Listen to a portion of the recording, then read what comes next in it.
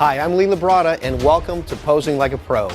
Whether you're a bodybuilder entering a competition or just want to learn how to show off your muscular development, this video series will help you learn the secrets of great physique posing.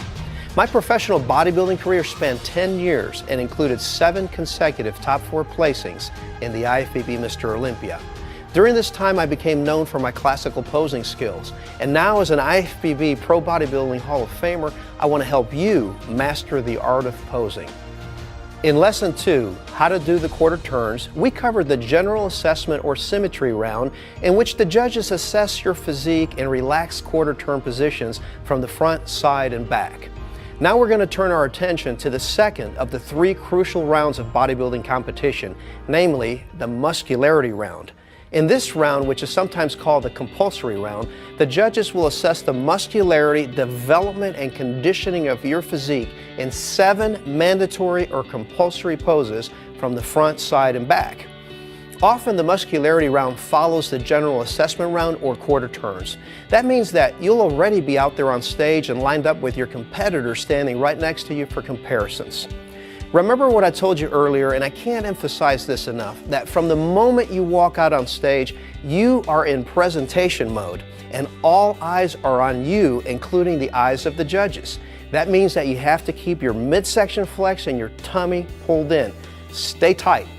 Now, the 7 mandatory poses are the front double biceps, front lat spread, side chest, side triceps, back double biceps, back lat spread, and hands overhead front abs with leg extended. Of the 7 mandatory poses, 3 are performed from the front facing the judges, and these 3 poses will be the focus of our lesson. Joining me again is Ryan Workman, Team Labrada member, and we're going to start by demonstrating the front double biceps pose. You're going to start this pose by taking a stance with the heels of your feet about 4 to 6 inches apart. Some athletes like to take a slightly wider stance, and again, it comes down to personal preference. I personally like to place my left foot pointing straight forward with the right foot pointing at 2 o'clock position. Now, once you have your stance, bend your knees slightly so that you can bring out your quads. You tense your legs. But remember, if you bend your knees too much, the pose is not going to look right.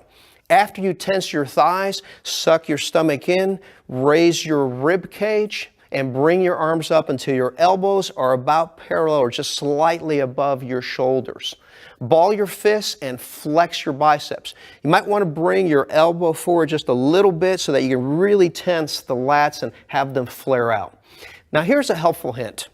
To tense your lats properly in this pose, think of doing an imaginary lat pull-down exercise. That's going to create tension in the lats and help them to flare out, not to mention bringing out the intercostal muscles and the muscularity around the rib cage.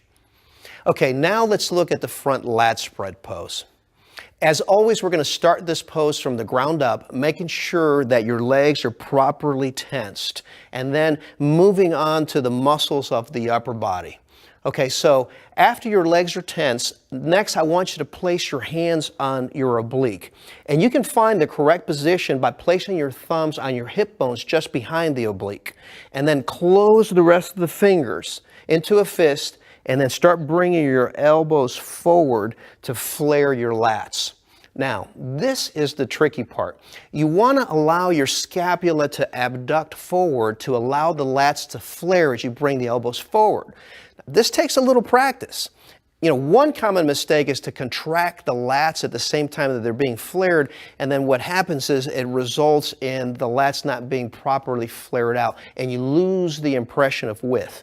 So it helps if you think of keeping your rib cage expanded and keeping your sternum nice and high.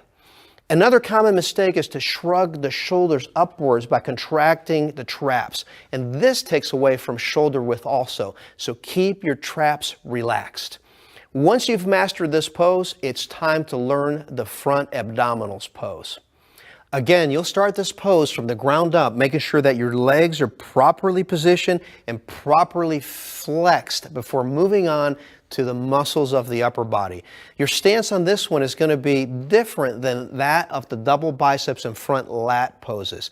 In this pose, you'll be extending forward your best leg your best thigh muscle. You'll start by extending that leg approximately 6 to 10 inches in front of the other leg.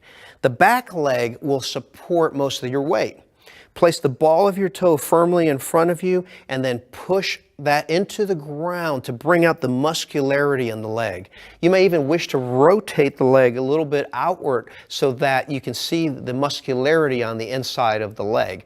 Now, place your hands behind your head, flex your arms, and then exhale, crunching down on your abs at the same time as if you were doing an ab crunch exercise. Okay, that brings out all of the muscularity of the midsection.